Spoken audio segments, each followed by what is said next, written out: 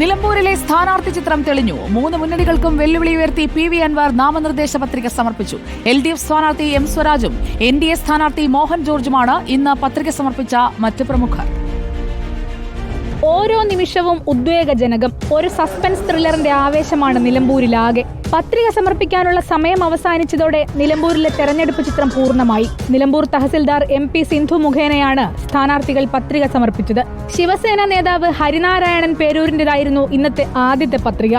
വലിയ ആളും ആരവവും ഇല്ലാത്ത പത്രികാ സമർപ്പണം. പിന്നാലെ 11 മണിയോടെ LDF സ്ഥാനാർത്ഥി M സ്വരാജ് നേതാക്കൾക്കൊപ്പം ചെറുപ്രകടനമായെത്തി പത്രിക സമർപ്പിച്ചു. 4 സെറ്റ് പത്രികയാണ് സമർപ്പിച്ചത്. തികഞ്ഞ വിജയപ്രതീക്ഷയിലാണ് ഇടതുപക്ഷം.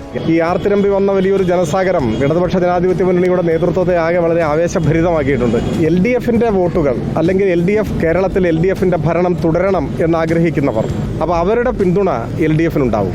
12 മണിയോടെ ചന്തക്കുന്നിൽ നിന്നും ആവേശോജ്വലമായ പ്രകടനത്തോടെയാണ് PV അൻവർ പത്രിക സമർപ്പിക്കാനെത്തിയത്. മുന്നണി പ്രഖ്യാപനത്തിന് ശേഷം നടന്ന ആദ്യ പരിപാടിയിൽ ആം ആദ്മി പ്രവർത്തകരും സജീവമായിരുന്നു.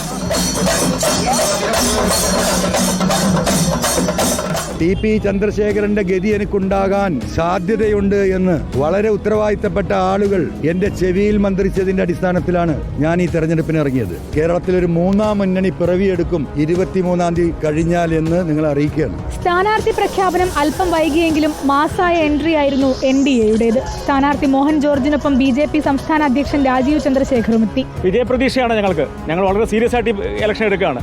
ഞങ്ങൾ ഇവിടെ അത്ഭുതങ്ങൾ സൃഷ്ടിക്കും തീർച്ചയായിട്ടും.